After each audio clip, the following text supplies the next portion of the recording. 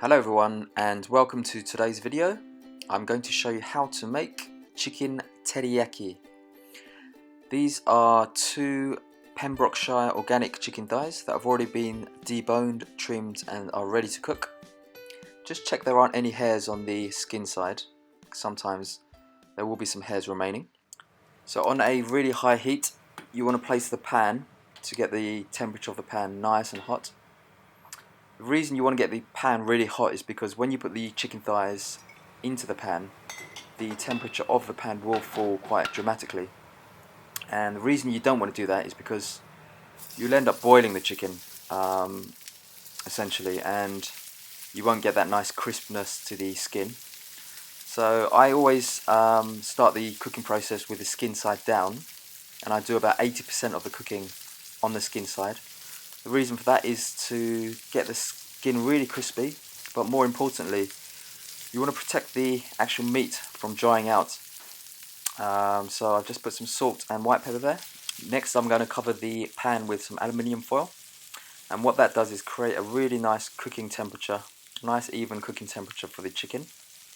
And I'm going to turn the pan, or the heat down on the pan, and you want to cook that at a steady temperature for about 5 or 6 minutes. And in the meantime, I'm going to garnish and put some salad on the plate. So this is just some mixed salad here. This is how we serve it in the restaurant.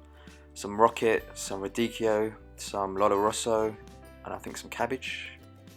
And just some English tomatoes and some cucumbers.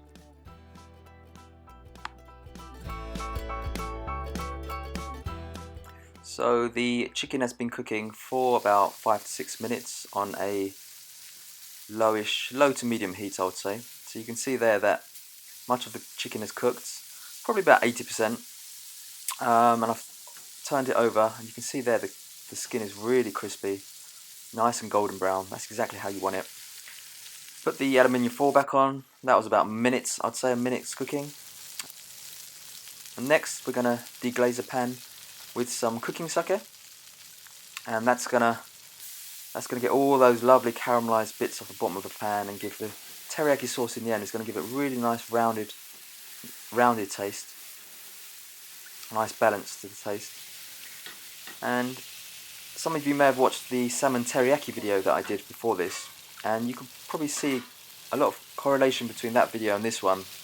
The principles are pretty much the same. You know, you want to do the majority of cooking of the fish or meat and then add the sake and teriyaki sauce at the end.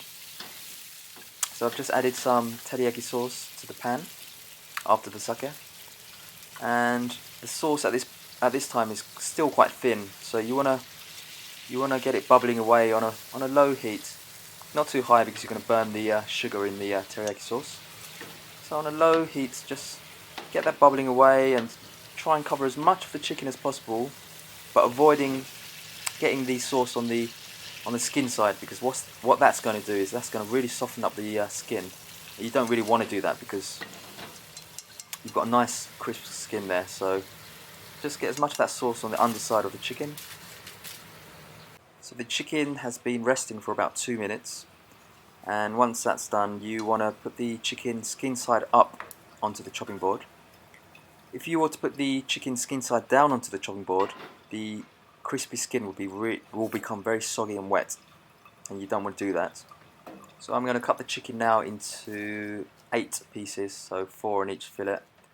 I like to cut it quite thick, just so that it remains nice and juicy. And you can hear the crispy skin there.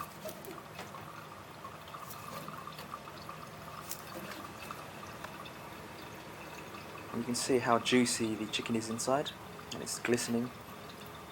Hasn't dried out at all.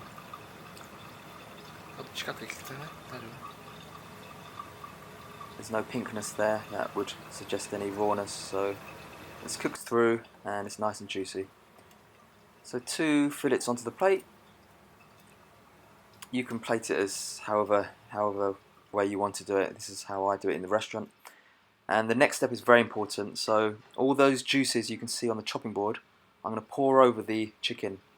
And those juices have all the lovely flavours from inside the chicken. You don't want to waste any of that. I see so many chefs and home cooks throw away the juices from the chopping board. You definitely want to keep those. And then pour the remaining sauce on top of the chicken, and that's it. So if you've got any questions, please don't hesitate to leave them in the comments box, and I'll try and get back to you as soon as I can. And I'll leave you with a few more pics of the chicken teriyaki. So I hope you enjoyed the video, and thank you for watching.